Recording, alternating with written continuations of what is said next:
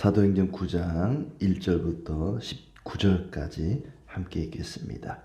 사울이 주의 제자들에 대하여 여전히 위협과 살기가 등등하여 대제사장에게 가서 다메섹 여러 회당에 가져갈 공문을 청하니, 이는 만일 그 도를 따르는 사람을 만나면 남녀를 막론하고 결박하여 예루살렘으로 잡아오려 함이라. 사울이 길을 가다가 다메섹에 가까이 이르더니 호련히 하늘로부터 빛이 그를 둘러 비추는지라.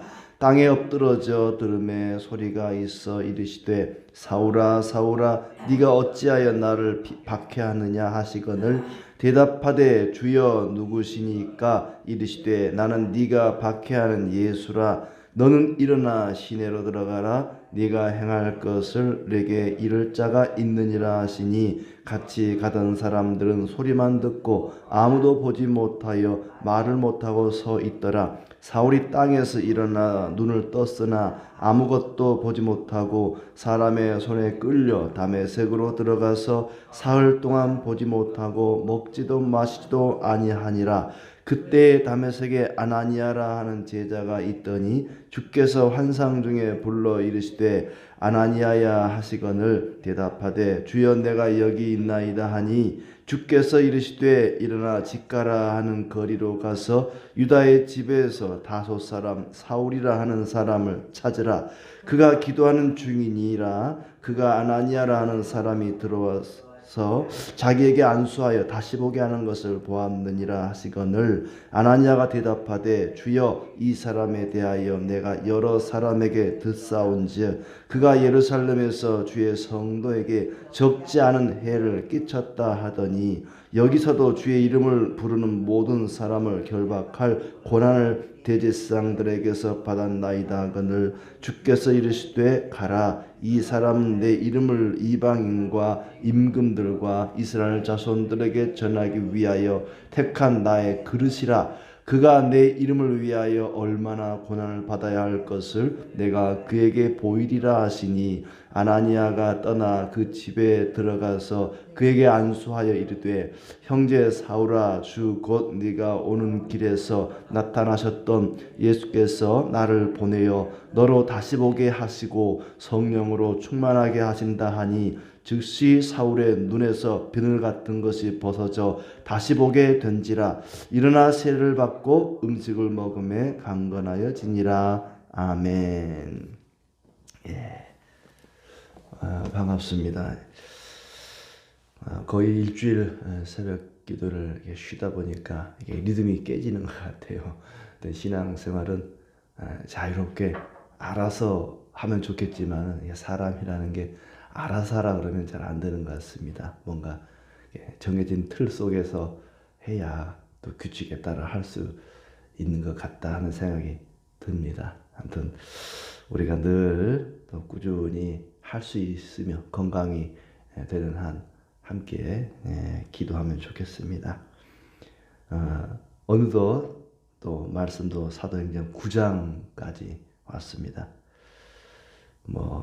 또 10장, 11장 아마 건너뛰고 또 넘어갈 것 같은데, 9장은 굉장히 중요한 내용이기 때문에 한번 짚고 넘어가는 게 좋겠습니다. 어쩌면 기독교 역사의 새로운 장이 열리는 내용이죠. 교회를 핍박하던 사울이 드디어 이제 하나님의 복음을 전하는 사도로 부름받는 그런 장면입니다. 대전환이죠. 정말 이런 일이 있을 수 있을까? 이 세상에 예수를 믿는 사람 가운데 이렇게 극적으로 예수를 믿는 사람이 있을까? 예수님 믿는 사람을 잡아 죽이러 가다가 오히려 거꾸로 예수님을 위해서 목숨을 거는 그런 사도로 바뀌는 그런 내용입니다.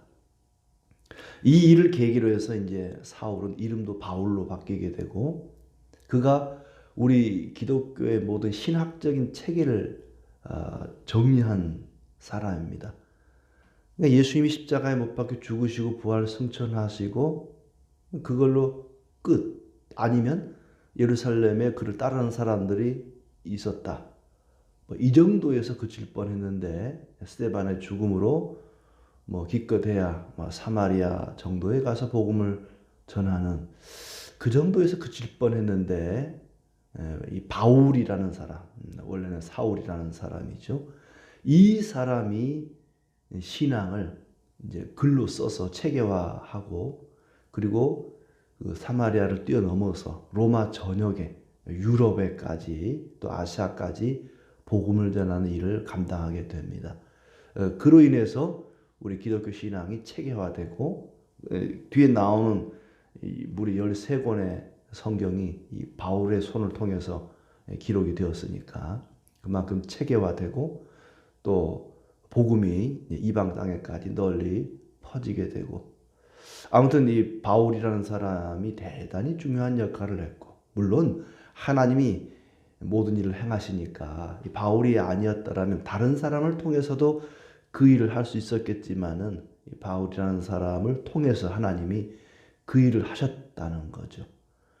그리고 이런 신앙을 체계화하고 이방 땅에까지 복음을 전하기 위해서는 이제 구약에 능통한 율법에 능통한 사람이어야 하는데 거기에 아주 적합한 사람이 바로 이 사울이라는 사람이었죠. 사울은 일찍이 가말리엘의 문화생으로 율법을 통달한 우리나라로 치자면은 뭐 서울대의 특별한 교수급 정도 그때 당시에 아주 유능한 랍비였고 아마 나이로 치자면은 예수님과 비슷했을 것 같아요.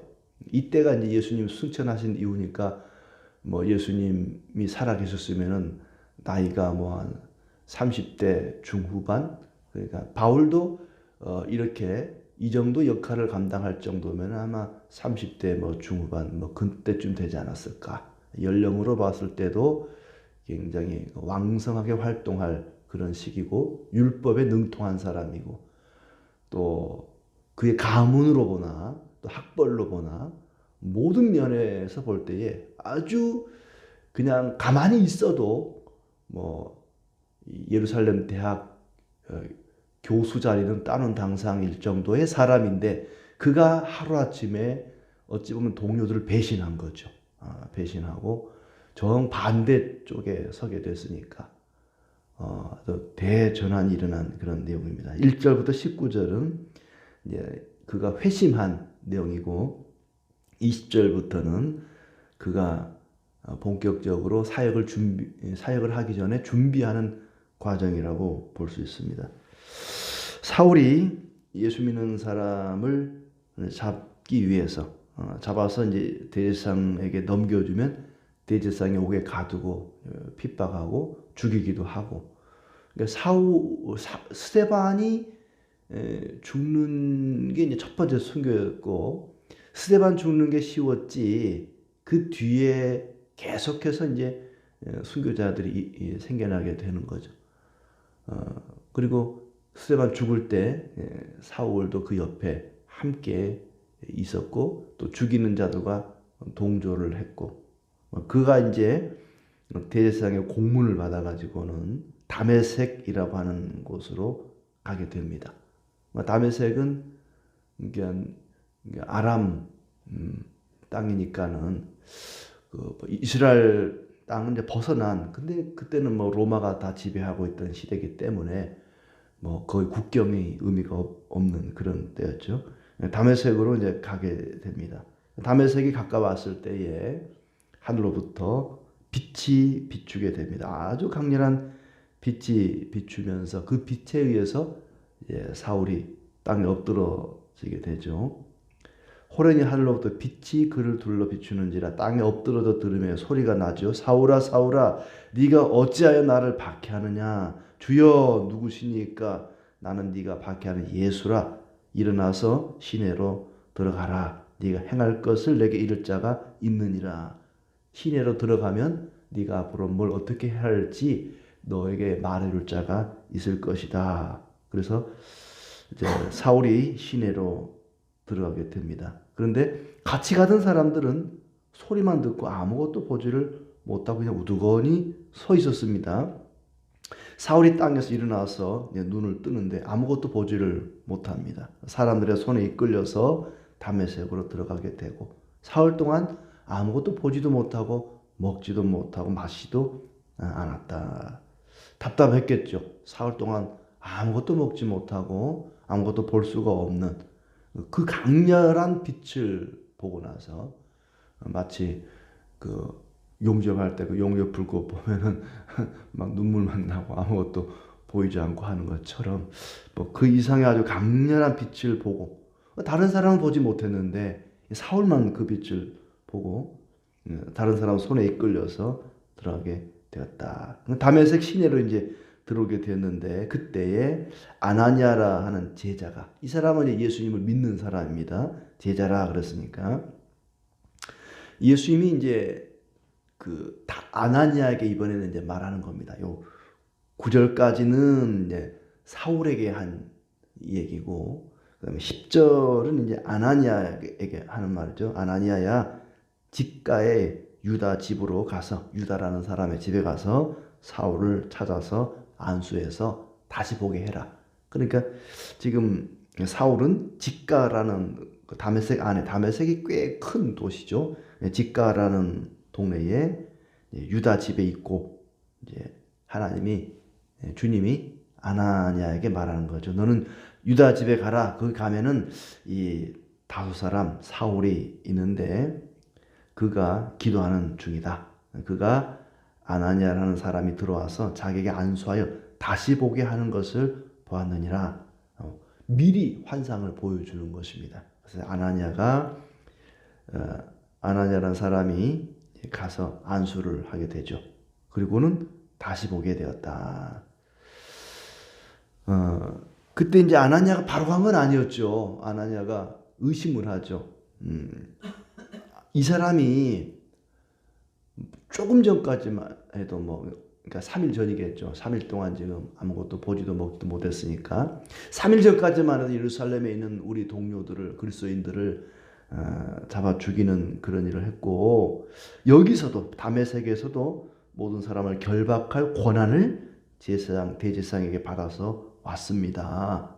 이미 소문이 다 퍼졌나 보죠. 이 사람은 어떻게 제가 안수를 하고 대할 수 있겠습니까? 그랬더니 이 사람은 내 이름을 이방인과 임금들과 이스라엘 자손들에게 전하기 위하여 택한 나의 그릇이다. 이 사울은 내가 택한 그릇이다. 이방인들에게 복음을 전하기 위해서 내가 택한 그릇이다. 이 대목에서 사울의 역할이 분명해졌죠. 사울은 이방인을 위해서 또 이방인뿐만 아니라 이스라엘 자손들에게 내 이름을 전하기 위해서 택한 나의 그릇이다. 그가 내 이름을 위하여 얼마나 고난을 받아야 할 것을 네가 그에게 보이리라 하면서 앞으로 이 사울을 내가 들어 쓰겠다 말씀하시면서 가서 그에게 안수해라. 아나니아가 그 집에 들어가서 안수하여 이제 다시 보게 했다. 그러자 성령으로 충만하게 하신다 하니 사울의 눈에서 비늘 같은 것이 벗어져 다시 보게 된지라. 일어나 세례를 받고 음식을 먹으며 강건하여 지니라. 세례를 받았다.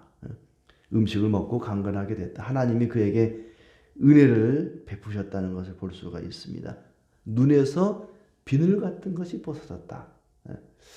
흔히 콩깍지가 씌었다 하는 표현을 쓰는데 콩깍지가 벗겨진 겁니다. 강렬한 빛이 비춰서 뭔가 눈에 씌었는데 그 벗겨진 거죠. 어쩌면 이 세상을 삐뚤어지게 잘못 본 거죠. 그리스도에 대한 바른 시각, 세상에 대한, 하나님에 대한, 그리고 자기 자신에 대한 어떤 잘못된 어떤 시각이 이제 벗겨지고 새롭게 온전히 보게 된 거죠. 주님을 다시 보게 되고 자신을 다시 보게 되고 내가 율법을 지켜서 제사를 드려서 구원을 받는 게 아니구나 하는 어떤 구약의 시각만 가지고 있었는데 율법만 배웠으니까 이제 복음에 대한 새로운 시각이 그에게 눈을 뜨게 된 거죠. 우리가 흔히 눈을 떴다, 세상에 대해 눈을 떴다 이런 표현 쓰는데 그야말로 비늘 같은 것이 벗겨지면서 이제 새롭게 주님에 대해서 시각을 갖게 되고 콩깍지가 벗겨지게 되는 그런 놀라운 은혜가 있게 되고 그러자 세례를 베풀고 음식을 먹고 강건하게 되었다. 그리고 사울이 다메섹에서 제자들과 함께 있으면서 예수님이 하나님의 아들임을 전파하게 되었다. 곧바로 예수님이 각 회당에 다니면서 예수님이 하나님의 아들이심을 전파하게 되었다. 듣는 사람이 다 놀라서 말했다. 놀랄 수밖에 없죠. 이 사람이 얼마 전까지만 해도 예루살렘에서 예수 이름 부르는 자를 멸하던 자가 아니냐. 그리고 여기도 다메섹에도 그런 사람 끌고 가려고 온 거 아니냐. 사울은 힘을 더 얻어 예수를 그리스도라 증언하여 다메섹에 사는 유대인들을 당혹하게 하니라. 그리스도인들은 이 사람이 이런 사람이 아닌데 깜짝 놀래고, 유대인들은 같은 동료였는데 배신을 했으니까 당혹스러워하고, 하여튼 모든 사람이 놀랬습니다. 그러자 유대인들이 시기가 나서 그를 죽이려고 밤낮으로 성문을 지켰다. 요 놈을 잡아서 죽이자. 그러자 제자들이 밤에 광주리에 담아서 성벽으로 달아내려서 피신을 하게 되었다. 그리고 이제 26절에 사울이 예루살렘에 가서 제자들을 사귀고자 하나 다 두려워하여 그가 제자됨을 믿지 아니했다. 25절에서 26절 다메섹에서 성벽을 야반 도주를 해서 예루살렘에 가서 제자들을 만나고자 했다. 요게 3년 기간이 걸립니다. 그러니까 25절에서 26절은요, 다음 날이 아니고 3년이라는 기간이 있어요. 이때가. 그러니까 갈라디아서에 나오는 내용인데, 다메섹에서 가가지고 바로 예루살렘 간 거 아니고 아라비아 가서 3년 동안 훈련을 받습니다. 그리고 26절에 예루살렘에 가서 제자들을 사귀고자 했다. 그러니까 3년이라는 시간이 그 25절과 26절 한 절 사이지만은 3년이라는 시간이 그 사이에 있었다 하는 걸 기억하면 좋겠습니다.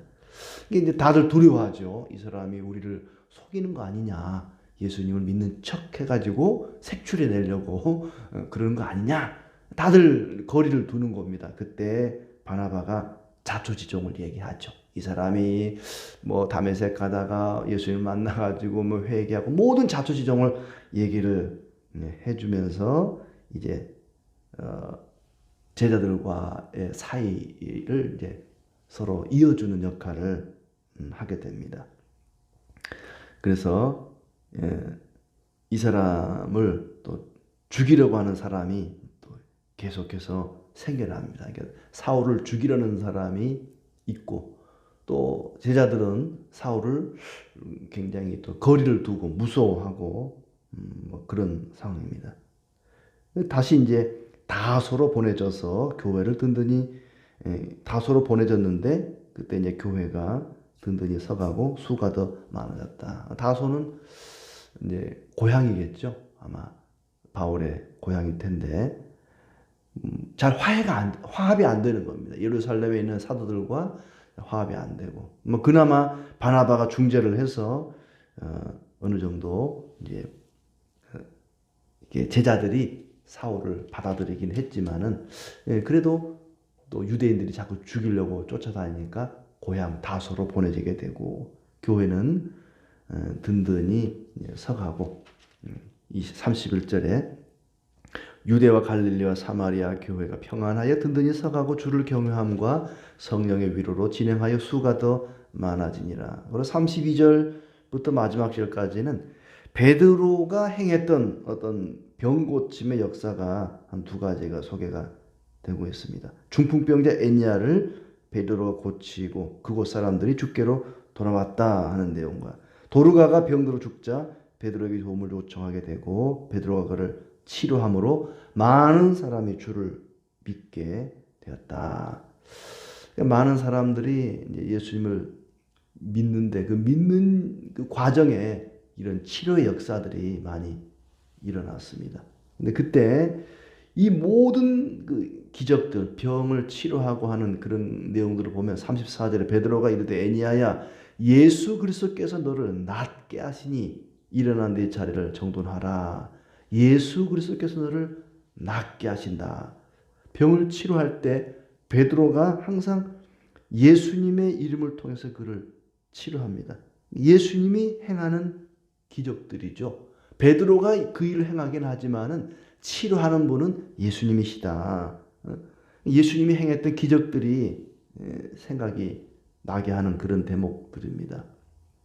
모든 병을 치료할 때에 베드로는 늘 예수님의 이름으로 그를 치료하고 또 베드로가 행할 때에 예수 그리스도가 너를 낫게 하신다. 그리고는 사람들이 그 일을 통해서 베드로를 믿거나 베드로를 따르거나 그렇게 하지 않았습니다. 하나같이 룻다와 사론에 사는 사람들이 다 그를 보고 주께로 돌아오니라. 이런 치료함을 보고 베드로를 믿었더라. 베드로를 따르더라. 그렇게 말하지 않습니다. 예수님을 믿고 예수님을 따르고 예수님이 치료하셨기 때문에 예수님을 믿고 예수님을 따르게 되는 것이죠. 진실한 일꾼은 자신이 아니라 그리스도만을 드러냅니다. 어떤 기적을 행하고 놀라운 능력을 행하고 나를 따르시오 하는 사람은 다 가짜입니다. 주님을 믿으시오. 주님을 따르시오. 주님께 영광을 돌리시오. 이게 진짜죠. 우리는 오로지 주님의 영광만을 드러내야 할 것입니다. 그런데 이 사울이 변화되는 모든 과정, 사울이 회심하는 그 과정을 보면은 사울 혼자 그 일을 다 하지 않습니다.